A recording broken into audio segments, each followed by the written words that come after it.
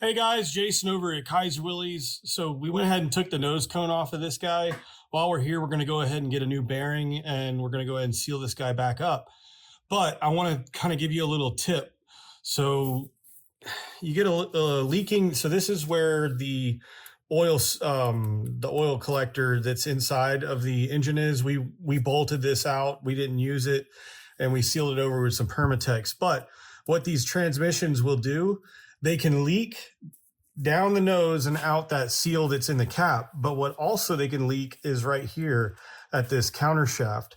So when the fluid level is up below the counter shaft level, or it's slinging, it could come out of this area. So what we suggest to do is take some Permatex. Now I'm going to put Permatex kind of more along this. There's not a gasket that goes here, but I'm going to put some Permatex and make sure that I go around this so that when I put the bell housing back on and we tighten it up, this is going to have like a little bit of a gasket seal around it. So another tip for you guys, we're going to go ahead and do that now. Thanks for watching, guys.